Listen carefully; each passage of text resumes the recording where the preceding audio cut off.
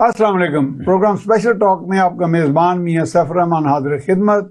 नाज़रीन, बेशुमार अदवार से हम गुजरते रहे हैं, आज भी जिस दौर से गुजर रहे हैं इसको कभी कभी मैं अपने अंदाज में डिफाइन करता हूँ कि डी ज्योरे, डी फैक्टो, फेट अकम्पली, बड़ी बड़ी भारी किस्म की इस्तिलाहात हैं जिसके साथ मुल्क चल रहा है, मुआशरे को भी त्रूहा ले जा रहा है, आगे पीछे कर रहे हैं। इसके कई अंडर करंट्स हैं, आइडेंटिफाई करने की कोशिश करते हैं। बाज़ का हम मसलतों का शिकार हो जाते हैं, कुछ चीज़ें समझ आ भी जाती हैं लेकिन उनको आगे जाके बाज़ औक़ात आप एक्सप्रेस नहीं कर पाते बवजूद, या कहीं पे कुछ ऐसी कमी भी रह जाती है कि गवर्नेंस का एक निज़ाम जो है वो एक ढांचा बनता तो है, एक ब्रॉडर आउटलाइन तो होती है, उसमें फिल इन दी ब्लैंक्स नहीं हम कर पाते कि हमें कैसे आगे बढ़ना है। और जब तक कि ये प्रॉपर पार्टिसिपेटरी एक सिस्टम नहीं बनेगा with the proper representation of the people, जिसके बारे में हम कहते हैं शफाफ इंतखाबात हों, ये धुंध ना बैठे, RTS ना हो जाए, बैठ जाए, ये ना हो जाए, वो ना हो जाए, ये एक सफ़र जारी तो है। लेकिन इसके साथ साथ कभी कभी मैं देखता हूँ कि अपने तौर पे, इनफरादी तौर पे भी लोग कुछ काविश कर रहे होते हैं जो जाके बहरहाल एक इज्तमाई उसका एक अच्छा नतीजा भी आ रहा था जो किसी हद तक एक्विलिब्रियम को कायम रखे हुए है। तो इन सब चीज़ों पे हम बात करेंगे। एक और मौजू पे हम बात करेंगे क्योंकि आज हमारे पास एक बड़े सीनियर एडिटर मौजूद है माशाल्लाह, और अंडर करंट से बड़ी अच्छी तरह आगाह हैं and he has seen things very minutely. और इसके अलावा हम बात करेंगे, एक फिल्म बनी थी बारूद का तोहफा, वो अफगानिस्तान में फिल्माई गई थी और उसमें जो अफगानिस्तान में सोवियत यूनियन की जो इंटरवेंशन थी उस पर फिल्म बनी थी और उस पर कुछ अब जिक्र अज़कार हो रहा है कई जगह पे, तो उस पर भी हम बात करेंगे। उसके फिल्म मेकर भी हमारे साथ मौजूद हैं। मेहमानों का तारफ जनाब, मेरे साथ सीनियर एडिटर जनाब राशिद रहमान साहब मौजूद हैं, a very versatile personality and has a diversified, profound observation of life, politics, society, human rights and all. Sir, हम आपको वेलकम करते हैं स्टूडियो में। और हमारे दूसरे मेहमान हैं जनाब राना तारक मसूद साहब, ये फिल्म साज हैं उस मारूफ फिल्म के जिसका नाम बारूद का तोहफा है, जो अफगानिस्तान में फिल्माई गई। हम आपको भी राना साहब खुश आमदीद। बहुत शुक्रिया। अच्छा सर, ये राशिद साहब बात चलती है तो उसमें मुझे याद पड़ जाता है, एक दौर आया, लोगों के अपने अपने कई चीज़ें होती हैं, कई एक्सपीरियंस भी आ जाती है हमारे यहाँ, चूँकि मसलक पर एक बहुत मबनी निज़ाम चले हमारे यहाँ। और एक दफ़ा मैं एक दोस्त के पास बैठा था, बड़ा सीनियर सिविल सर्वेंट था, तो when I was in civil services, आज से कोई 49 ईयर्स अगो, तो बाद में तो फिर जर्नलिज्म में आगे शुक्र थोड़ा सा सूखा सांस लिया, बाद में यहाँ भी गला घोंट दिया। अच्छा, उसमें मैंने उन्हें कहा, यार हमने एक चीज़ पढ़ी थी, informal and formal governance and organisation. तो कहता है, यार छो साहब की गला कर दे, सारा मुल्क ही इनफॉर्मल चल रहा है। अच्छा सर, बात यह है कि अब जाके हम कई इंटरप्रिटेशन और मिस इंटरप्रिटेशन में फंस गए हैं। ये आर वी मूविंग फॉरवर्ड या टोटली स्टैग्नेंट है? शुक्रिया साहब साहब। देखिए, बात यह है, कोई भी सिस्टम हो उसके कोई रूल्स होने चाहिए, ठीक है, और वो ऐसे रूल्स होने चाहिए जिन पे सब मुत्तफिक हैं, ठीक है, तभी सिस्टम चलता है। जब रूल्स ही तय नहीं हैं, या कम से कम जो तय हैं, अगर आप कॉन्स्टिट्यूशन की तरफ देखें, ठीक है, या कानून जो हैं उनकी तरफ देखें, तो उनको उनके मुताबिक ना चलाएं अगर आप सिस्टम, तो फिर सिस्टम तो सिस्टम नहीं रहा ना। फिर तो आपकी मेरी मर्जी चलेगी, जो ताकतवर है उसकी मर्जी चलेगी। इसको ना जमहूरियत कह सकते हैं और ना ही इसको सस्टेनेबल कह सकते हैं। हाँ, ये आज नहीं तो कल इस तरह की एडहॉकिज्म जो है, आपने लफ्ज इनफॉर्मल इस्तेमाल किया, मैं एडहॉक कहूंगा, हाँ, कि वक्त का जो भी तकाजा है, मेरे मुताबिक, आपके मुताबिक, किसी और ताकतवर के मुताबिक, उसके मुताबिक अगर काम चलेगा तो आज नहीं तो कल वो बहुत बड़ा बहरान पैदा करेगा।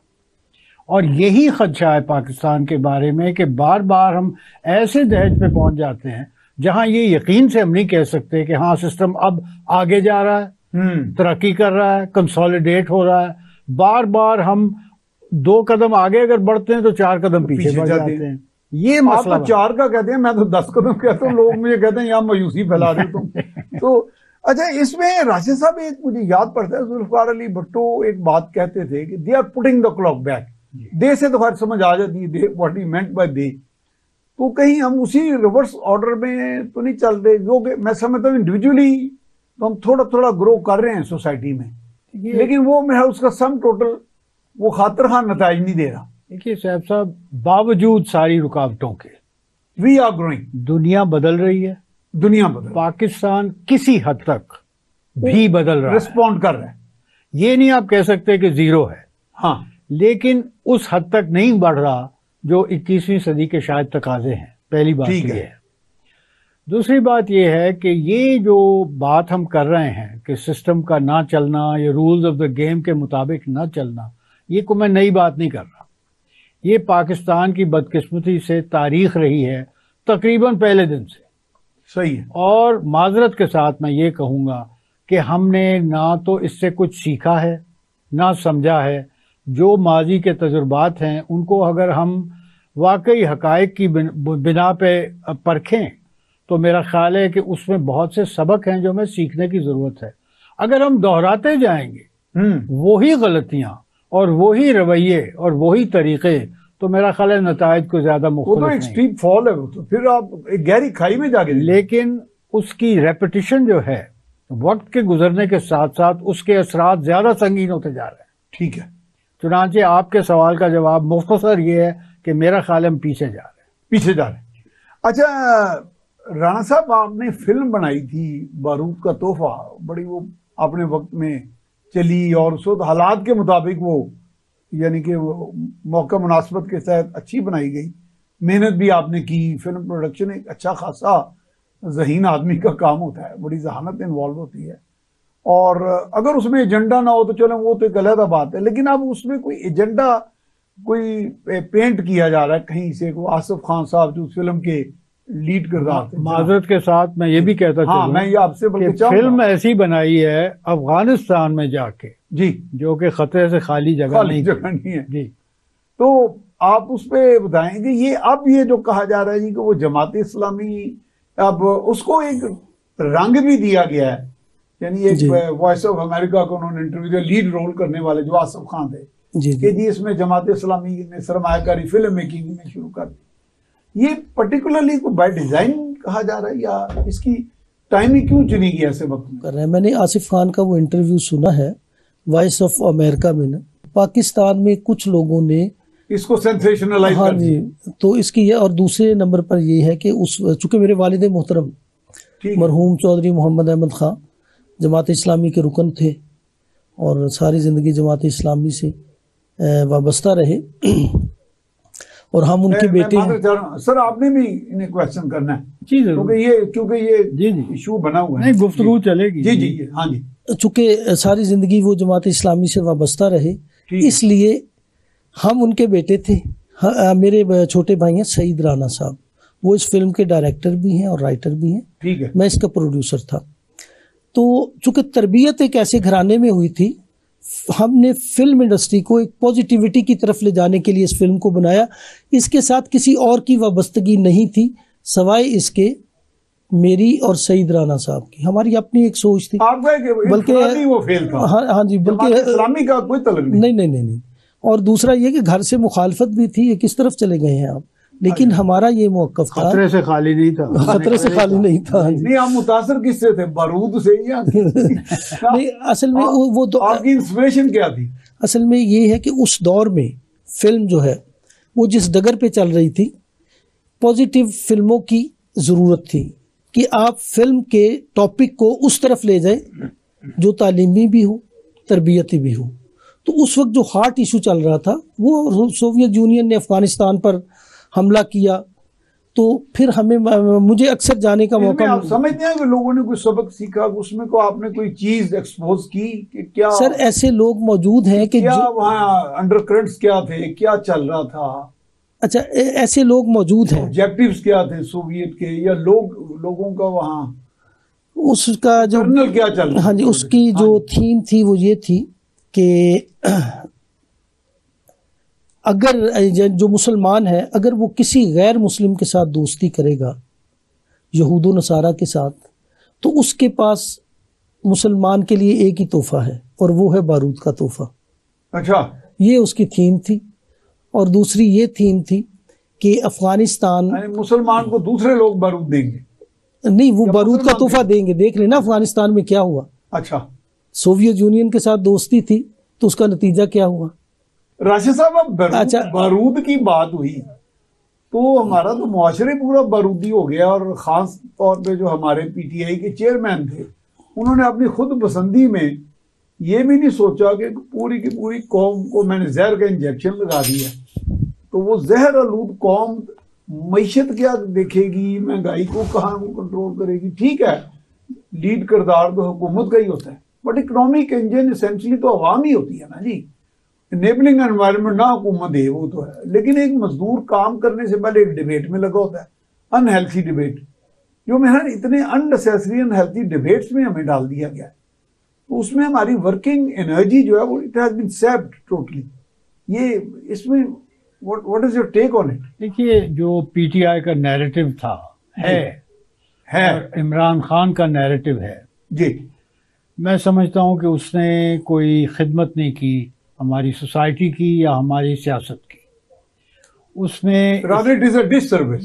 सर्विस इस लिहाज से कि the narrative was reduced to the gutter, और बहुत अल्फाज का इस्तेमाल और ज़ुबान का इस्तेमाल और गुफ्तगू इस तरीके से करना कि दूसरे को इस तरह से बुरा भला कहना कि कोई गुंजाइश ही ना रहे कोई मुहज़्ज़ब गुफ्तगू की। हत्ता कि वो डिफेंड नहीं अपने आप को कर पाता। ये सबसे बड़ा नुकसान पहुंचाया है इमरान खान साहब ने और पीटीआई ने माजरत के साथ। तो एक तो ये पहलू है, इसमें मादरत की कोई जरूरत ही नहीं। दूसरी बात, हकीकत वाली बात, क्योंकि मैं बदतमीजी नहीं करता, मैं इसलिए कह रहा हूं। दूसरी बात यह है कि इमरान खान साहब असल में शिकार हुए गरूर का। हाँ, उनका जो गरूर है वो उन्हें ले डूबा है। पूछे कैसे? पर is it justified in it? सुनिए ना, हाँ, कोई जस्टिफाई हो सकता है गरूर के बारे में, आप पहले ये सोच लें, पहली बात। दूसरी बात यह है कि अपने आप को अक्ले कुल जो इंसान समझे, उससे बड़ा बेवकूफ दुनिया में कोई नहीं। कोई नहीं। इसलिए कि इतनी बड़ी कायनात है, हमें क्या उसके बारे में मालूम है? इतना सा, बहुत कम। तो अगर हम ये सोचें कि हम सब कुछ जानते हैं और अक्ले कुल हैं, तो मैं समझता हूँ ये बेवकूफ़ी के अलावा और कुछ नहीं है। तो गरूर इंसान का बहुत बड़ा दुश्मन साबित होता है हमेशा, और मेरा ख्याल है इमरान खान साहब के वाक़े में ये बात दुरुस्त महसूस हो रही है। उन्होंने कोई 4-4.25 साल में जितने प्रोग्राम का ऐलान किया था, एक भी वो शुरू ही नहीं हुए। यानी मुकम्मल होना तो दूर की बात, शुरू ही नहीं हुए। और सारा उनका वक्त इस बात पे लगा रहा कि जो उनके सियासी मुखालिफ हैं उनको बुरा भला कहा जाए, उनको गालियां दी जाएं, उनको चोर उचक्का जो भी कह सकते थे उन्होंने कहा। सही कहा या गलत कहा वो अलग बहस है, इशू है, ठीक है। लेकिन तरीकाकार, गुफ्तगू, जुबान, उसके असरात सियासत पे ही नहीं हुए, क्योंकि सियासी गुफ्तगू या नैरेटिव जो है वो भी गिर गया है। और आप देखते हैं कि पार्लियामेंट में भी एतराज़ हो रहा है कि किस किस्म की गुफ्तगू होती है, और मेरा ख्याल है जायज़ एतराज़ है। पार्लियामेंट्री लैंग्वेज एक तस्वुर हुआ करता था, हाँ, उसका भी सत्यानाश हो गया है एज अ रिजल्ट। दूसरी बात यह है कि इसके असरात मुआशरे पे क्या हुए हैं। हमारे में आप देखें कि तमीज़ ख़त्म हो गई है, बर्दाश्त ख़त्म हो गई है। अव्वल तो हालात भी साथ नहीं दे रहे लोगों का, बड़ी मुश्किल है। वो भी अंडर स्ट्रेस है, ठीक है ना, स्ट्रेस है, डेस्परेट हैं और गुस्से में हैं।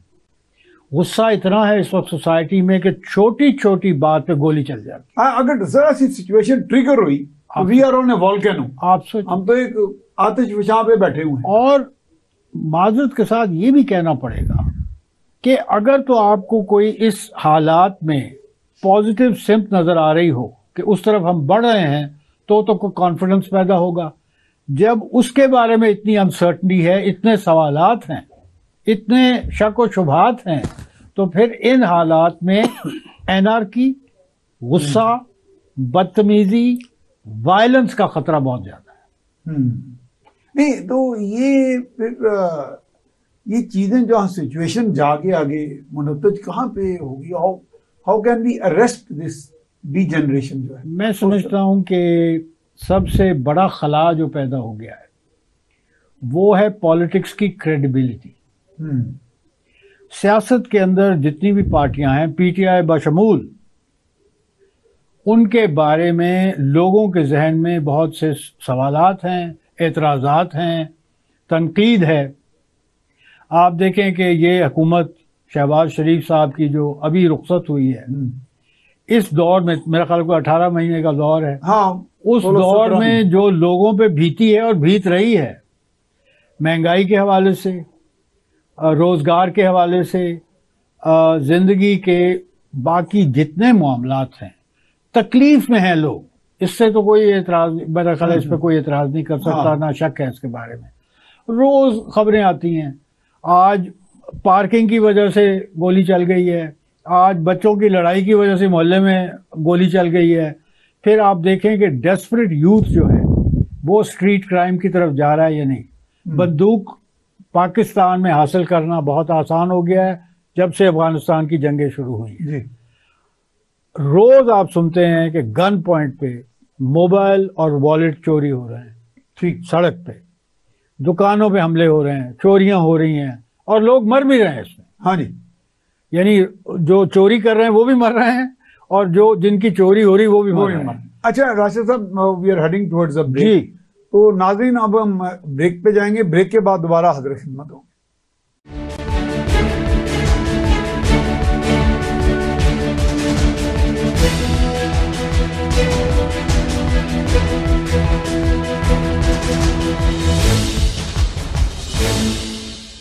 जी, ब्रेक के बाद हम आपको खुशामदीद कहते हैं। हमारे साथ सीनियर एडिटर, सीनियर एनालिस्ट जनाब राशिद रहमान साहब मौजूद हैं।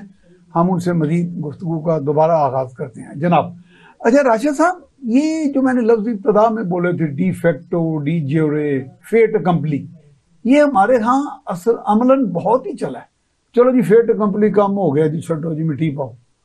ये चीजें, ये एटीट्यूड अब हमने देखा है जिन कौमों ने ग्रो किया है। तो मैंने अक्सर आमतौर पे जो आपने तौर पे समझा, मैंने कहा भाई कोई भी मैन एंड क्वेल्स, कोई आसमानों से नहीं उतरे, कोई मनोसलवा नहीं उतरा, कोई आके कौमों ने तरक्की कर ली। उन्होंने चीज़ों को, जैसे आपने कहा, आइडेंटिफाई किया कि हमारी वीकनेसेस क्या हैं, तो उनको फिर उनको एड्रेस किया और फिर एक स्टेप फॉरवर्ड किया।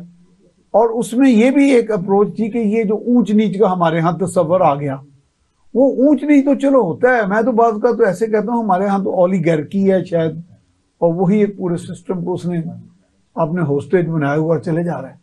लेकिन मेरा ख्याल है इसमें स्पेस तो क्रिएट करना, फाइंडिंग वेज एंड मीन्स, ये तो एक इंसान का हक होना चाहिए और उसको करना चाहिए।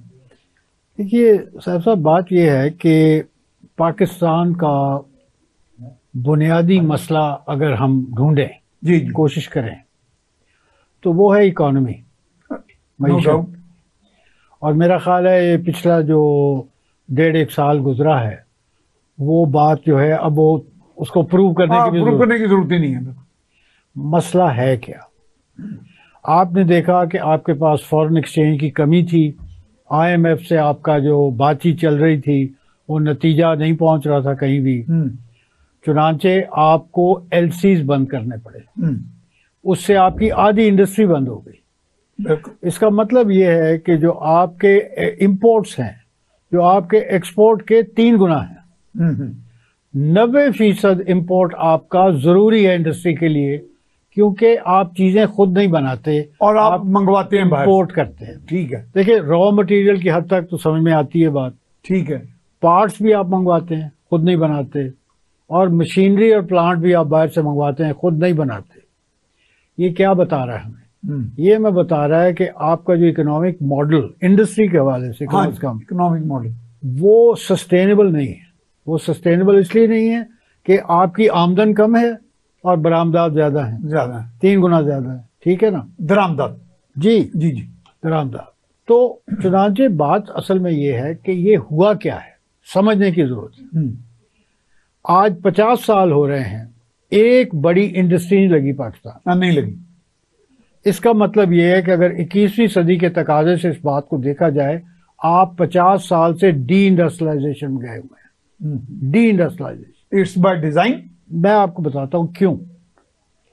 भुट्टो साहब की नेशनलाइजेशन जो थी, इंडस्ट्री की, बैंकिंग की, इंश्योरेंस की, कमांडिंग हाइट्स इकोनॉमी की, हाँ, उसमें सबसे बड़ा जो प्रॉब्लम था वो ये था कि प्रोफेशनल कार्डर नहीं था आपके पास वो चीजें चलाने के लिए। तो आपने ब्यूरोक्रेसी या नौकरशाही के हाथ पकड़ा दिया। उन्होंने तो बेड़ा वो गर्क कर दिया। अपना काम करते हैं पूरी तरह, या नहीं वो ये काम तो कर ही नहीं सकते, नॉट ट्रेंड फॉर इट। हाँ, ठीक है जी।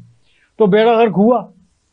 अच्छा, उसके साथ अच्छे काम भी हुए, लेकिन उनका भी बेड़ा गर्क हो गया, वो मैं वजाहत करता हूँ। हाँ, हैवी इंडस्ट्री, प्राइवेट सेक्टर लगाने के लिए किसी थर्ड वर्ल्ड मुल्क में तैयार नहीं होता। उसकी वजह है हैवी इन्वेस्टमेंट है और बहुत देर लगती है प्रॉफिट बनने में, और इतना प्रॉफिट नहीं बनता जैसे दूसरे शोबों में बन सकता है। चुनांचे इंडिया, नेहरू ने 50s में ये बात जो है कही थी, और स्टेट ने हैवी इंडस्ट्री लगाई इंडिया में। इसी तरह भुट्टो साहब ने पाकिस्तान में 70s में हैवी इंडस्ट्री लगाई। पाकिस्तान स्टील मिल वगैरह, steel mill, heavy electrical engineering, heavy mechanical engineering, Pakistan machine जो टूल टेक्सला फैक्ट्री, में मौजूद। पाकिस्तान मशीन टूल फैक्ट्री, हाँ जी, रिसालपुर में लोकोमोटिव फैक्ट्री, वो सब बंद पड़ी हुई हैं। क्यों बंद पड़ी हुई हैं? कहते हैं ना व्हाइट एलिफेंट। हाँ, क्यों बंद पड़ी हुई हैं? क्योंकि आप प्राइवेटाइजेशन के पीछे भागते रहे। 50 साल हो गए, 50 से ज्यादा साल हो गए, कोई लेने के लिए तैयार नहीं है at a price that is acceptable. चुनांचे आपने बंद की हुई है। भाई अगर कोई नहीं है खरीदने वाला तो एक चलाएं। मुनासिब दाम पे, तो कम से कम उन्हें चलाएं सही। सही है, राइट साइजिंग कर लें। ये जो आप राइट import- साइजिंग कर लें कुछ, तो ये जो आपके इम्पोर्ट्स Rationalization कर हैं, लें। ये जो आपके इम्पोर्ट्स, आप प्रोफेशनल मैनेजमेंट लाएं। प्रोफेशनल ये मैनेजमेंट। जो आपके इम्पोर्ट्स हैं, इसमें आपको मदद मिलेगी। आप कुछ ना कुछ बनाना शुरू करेंगे। प्रोफेशनल कार्डर लाएं उसके लिए, बिल्कुल exactly। नौकरशाही नहीं चला सकती। ठीक है सर। अच्छा, ये बात हो गई। फिर एग्रीकल्चर को ले लें। आप ब्रेड बास्केट हुआ करते थे बड़े सगीर का, पूरे जी में पार्टीशन से पहले। जी, आज आप इंपोर्ट कर रहे हैं खाना। आपने जरूर कुछ ना कुछ ऐसा किया है, और उसकी वजाहत मैं कर देता हूं हाँ, कि एग्रीकल्चर का आपने बेड़ा गर्क किया। ये इसमें लोग बहुत इंटरेस्टेड है। राशिद साहब एक क्वेश्चन भी ले जी। लें कि भुट्टो ने एक integrated rural development programme introduce किया। जी, perhaps he was inspired by China model था जी। उसमें कोई, वो भी जरा इसमें ऐड कर लें कि उसमें वो देखिए- चाह रहे थे कि रूरल डेवलपमेंट का एक इंटीग्रेटेड देखिए प्रोग्राम हो। उसमें जो मुसीबत थी ना, या जो खराबी थी, वो ये थी कि अयूब ने लैंड रिफॉर्म की कोशिश की, हाँ, भुट्टो साहब ने लैंड रिफॉर्म की कोशिश की, लेकिन but वो कोई finally वो तो ऐसा लैंड रिफॉर्म नहीं था कि रूरल एरिया कन्वर्ट हो जाए, तब्दील हो जाए। नहीं हुआ ना, नहीं हुआ। नहीं हुआ। और बाद में तो 1975 सुप्रीम कोर्ट ने स्ट्राइक डाउन कर दिया ना। नहीं, वो बाद की बात। हाँ। 1975 में, यानी भुट्टो साहब के दौर का मिड टर्म, 75 में लैंडलॉर्ड्स ने, बड़े लैंडलॉर्ड्स बड़े ने लैंड लोकल एडमिनिस्ट्रेशन के साथ मिलकर वो जमीनें वापस हासिल की। तो अच्छा। जब तक सुप्रीम कोर्ट कहता है कि ये अंडर कवर अंडर कोई- कवर कोई तरीकाकार, तरीका आपको बना पता है लिया। हमारे यहाँ तरीकाकार बहुत हैं। बहुत होते हैं। और एक तरीकाकार ये है कि जो गरीब है और जो पावरलेस है उसके खिलाफ ज्यादतियां जो हैं, हाँ। वो कोई नई बात वो तो नहीं। कभी खत्म ही नहीं हुई ना। अब देखिए, इंडस्ट्रियलाइजेशन के लिए कैपिटल कहां से आएगा, ये एक बहुत बड़ा सवाल है। हाँ, दुनिया में ये तजुर्बा हुआ है तारीखी तौर पर कि या तो इंपीरियल कॉलोनियल पावर्स थी, उन्होंने आपसे हमसे बटोर कर और अपनी लगा- इंडस्ट्रियलाइजेशन की। हाँ, इंडिया उसका बहुत बड़ा एग्जाम्पल है बरे सगीर। या इंटरनली जनरेट किया सरप्लस और इंडस्ट्री में लगाया, ऐसे एग्जाम्पल्स भी हैं। ठीक है। सोवियत यूनियन एक एग्जाम्पल था, आइसोलेटेड था, हाँ, उसने बहुत जबरदस्ती एग्रीकल्चर से सरप्लस जनरेट करके Surplus। रैपिड इंडस्ट्रियलाइजेशन की। चाइना दूसरा एग्जाम्पल है, रूरल एरिया से एग्रीकल्चर से सरप्लस जनरेट करके और बेल्ट टाइटनिंग करके उसने इंडस्ट्रियलाइज किया। तो ये एग्जाम्पल्स मौजूद हैं, यही नहीं है। साउथ कोरिया ले लें, चलें आप कहेंगे ये तो सोशलिस्ट थे, कैपिटलिस्ट साउथ कोरिया ने हाँ। लैंड रिफॉर्म करके एग्रीकल्चर से सरप्लस जनरेट करके इंडस्ट्रियलाइज किया। लैंड रिफॉर्म क्यों जरूरी था? देखिए, चाइना जो है मिसाल के तौर पर इतना बड़ा मुल्क है, लेकिन एग्रीकल्चर सिर्फ 25% जमीन पे हो सकता है क्योंकि पानी नहीं है। वो 25% इतनी इंटेंसली कल्टीवेट होता है कि चाइना का जो पुराना मसला था 19वीं सदी के बाद का कि लोग भूखे मरते थे, फैमिन होते वो थे, तो उन्होंने एड्रेस कर लिया, खत्म हो गया ना। हाँ जी, खत्म हो गया। खत्म हो गया कि नहीं? डिपेंडेंस नहीं रही ना। नहीं रही। मैं खुद विजिट किया 4-5 मरतबा और उनके फार्म्स देखे हैं जो माओ ने कहा था आयरन राइस बोल, हाँ, वो पूरा हो गया ना। पूरा हो गया।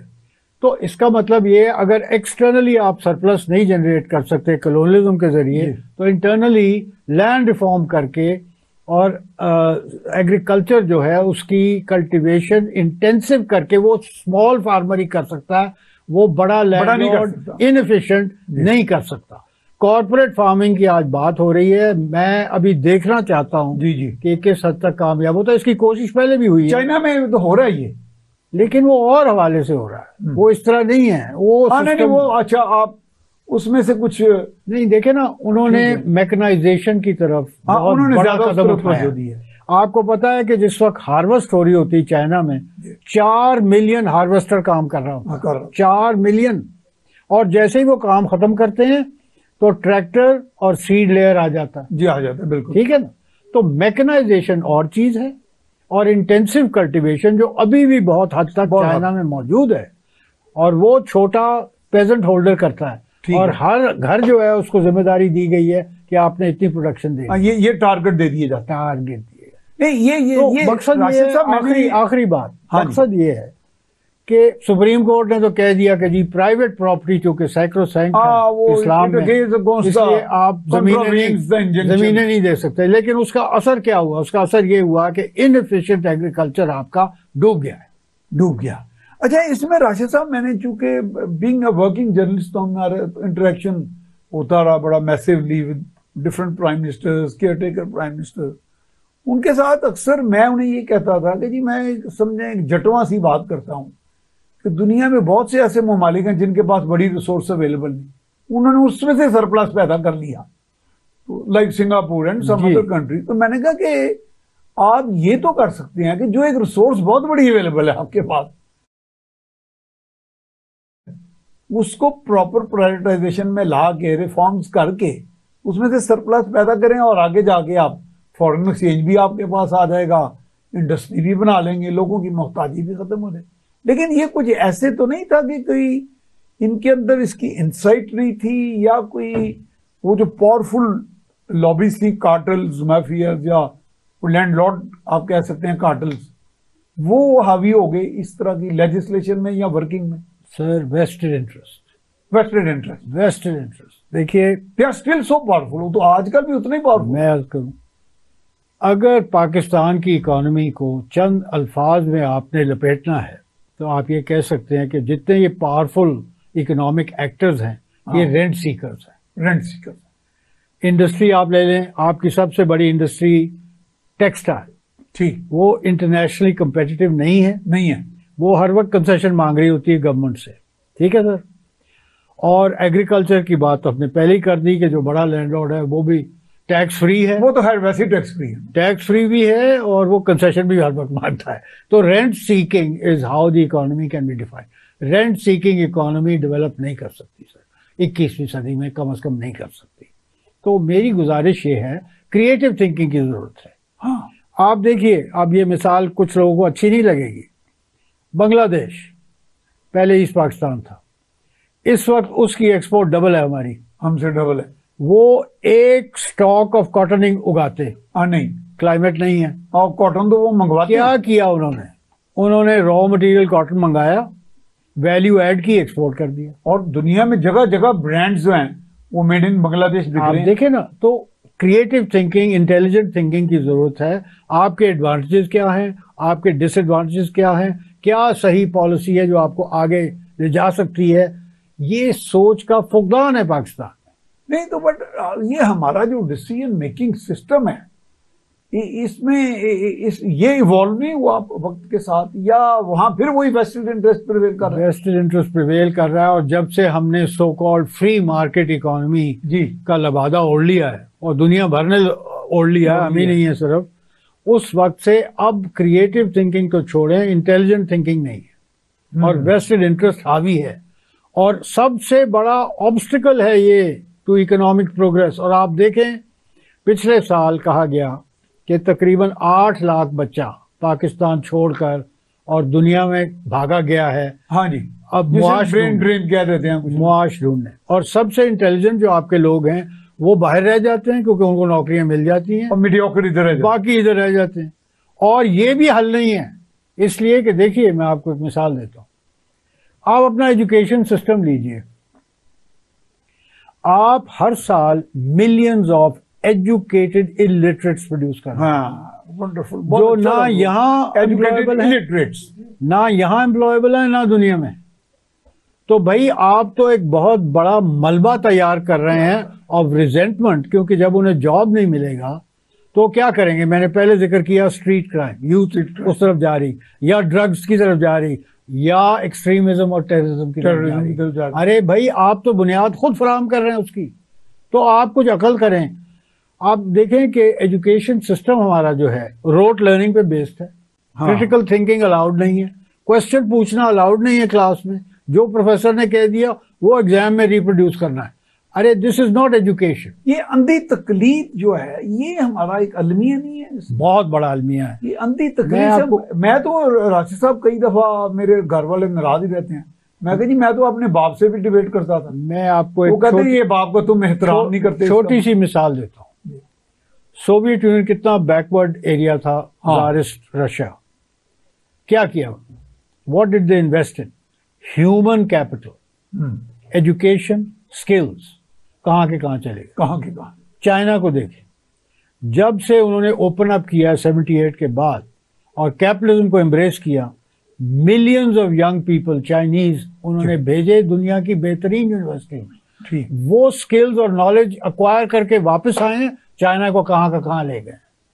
ये बात हर डेवलप्ड मुल्क के बारे में मैं आपको साबित करके दूंगा। जैसे आप इंटेलिजेंट प्लानिंग कह रहे हैं sir, human resource it is capital जो आप प्रोड्यूस नहीं कर रहे और जो फिर बाद में कैपिटल खुद प्रोड्यूस करता है वो आप नहीं कर रहे। अच्छा सर, बातें तो बहुत होनी थी, ये एक बड़ा अलमनाक वाकया हुआ है जो चर्च के हवाले से, और वो जिसे हम माइनॉरिटीज, मैं तो खैर माइनॉरिटीज लोग पसंद ही नहीं करता, मैं तो समझता हूँ कि humankind is one civilisation. लेकिन बहरहाल इसमें भी हमारे यहाँ वो बड़े क्लेवेजेस आ गए, बड़ी सिजम्स, और इट इज वेरी अनफॉर्चुनेट। आप ये इसको हम इतनी हवा देते हैं और लोग फिर वही बस एक बंदा मंबर पे खड़ा होकर एक बात करता है, वो कहते हैं मार दो जी, या बंदा इंज कर रहा है सर, वो एक थॉट नहीं देते एक सेकंड। साहब ना तो ये पहली दफा हुआ है, हाँ नहीं पहली दफा, और अफसोस से कहना पड़ेगा मुमकिन है ये आखिरी दफा नहीं होगा। उसकी वजह आप कायदे आज़म मोहम्मद अली जिन्ना की तकरीर पे जाएं 11 अगस्त 1947, उन्होंने कैसा पाकिस्तान हमें दिया था, बड़ा वंडरफुल, या चाहते थे।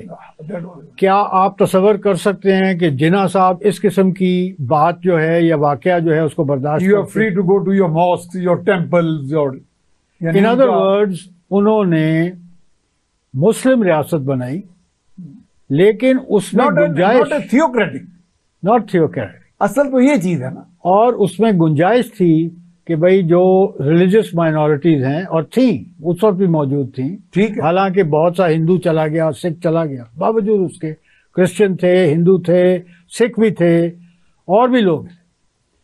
तो हम उससे कितनी दूर आ गए और क्यों आए?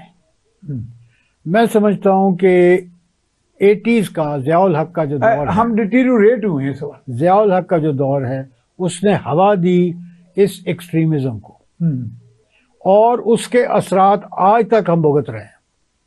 आपने हमारे अंदर इनग्रेंड होगी वो। ये आपने सही फरमाया कि कोई बात कहीं से निकलती है और एकदम वाइल्ड फायर की तरह फैलती है, और फिर मस्जिद से ऐलान होता है और एक क्राउड आता है और कर जाता है, और यही जड़ावाला में हुआ है। अगले दिन आपने सुना होगा बलूचिस्तान में एक यंग टीचर को गोली मार के मार दिया, यही एक्यूजेशन थी। मशाल खान को मार दिया। हाँ, देखिए ये वाकयात क्लब टू डेथ, यानी कितनी घुटन। सर आपको याद होगा वो श्रीलंका मैनेजर जो था सियालकोट में, उसके साथ भी यही हुआ। तो this is not accident any more, this is a trend, this is a pattern. तो अगर हम लोगों को अकल नहीं देंगे, और मैं माजरत के साथ कहूँगा जो हमारे उलमा हैं और दीन के स्कॉलर्स हैं, अगर वो रोल नहीं अदा करेंगे, इस्लाम ये इजाज़त नहीं देता नहीं हर कि फॉल्स एक्यूजेशन पे आप लोगों को मार दें, लोगों के चर्च जला दें, उनके घर जला दें और उनको खाइफ करें इस कदर कि वो घर छोड़कर भागने में मजबूर हो जाए। ये कैसा पाकिस्तान? ये जिना का पाकिस्तान नहीं है sir. Not at all, not at all.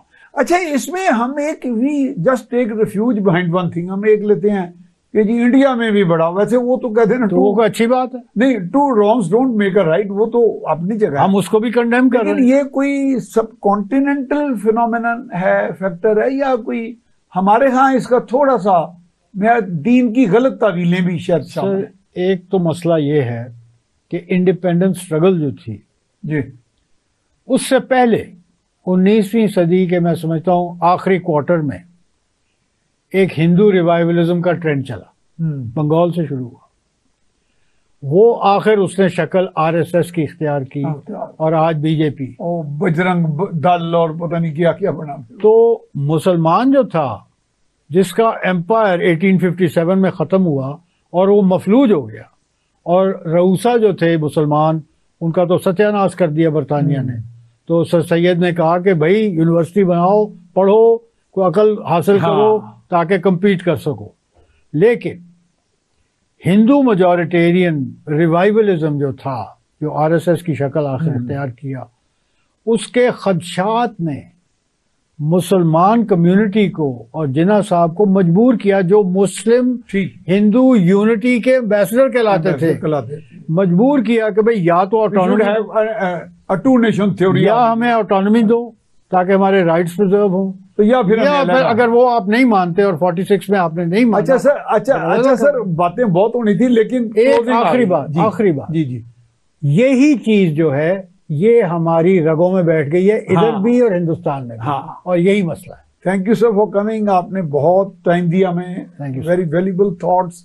माशाल्लाह जी, आपने सुना राशिद रहमान साहब ने एक पूरा एनालिसिस किया, एक पूरा, मैं समझता हूँ सर्जरी कर दी पूरे हालात की, कि वेयर डू वी स्टैंड और from where did we start, कहाँ से हम शुरू हुए, इसके अंडरकरंट्स क्या हैं, और चीज़ों को देखें क्रिएटिव, वो कहते हैं कि प्लानिंग, मनसूबाबंदी, थॉट्स के साथ, और वेस्टेड इंटरेस्ट जब तक हावी रहेगा और डोमिनेट करेगा हमारा डिसीजन मेकिंग प्रोसेसेस को और सिस्टम्स को, तब तक सिरे नहीं चढ़ेंगे। इसके साथ ही अपने मेज़बान मियां सैफ रहमान को इजाज़त दीजिए।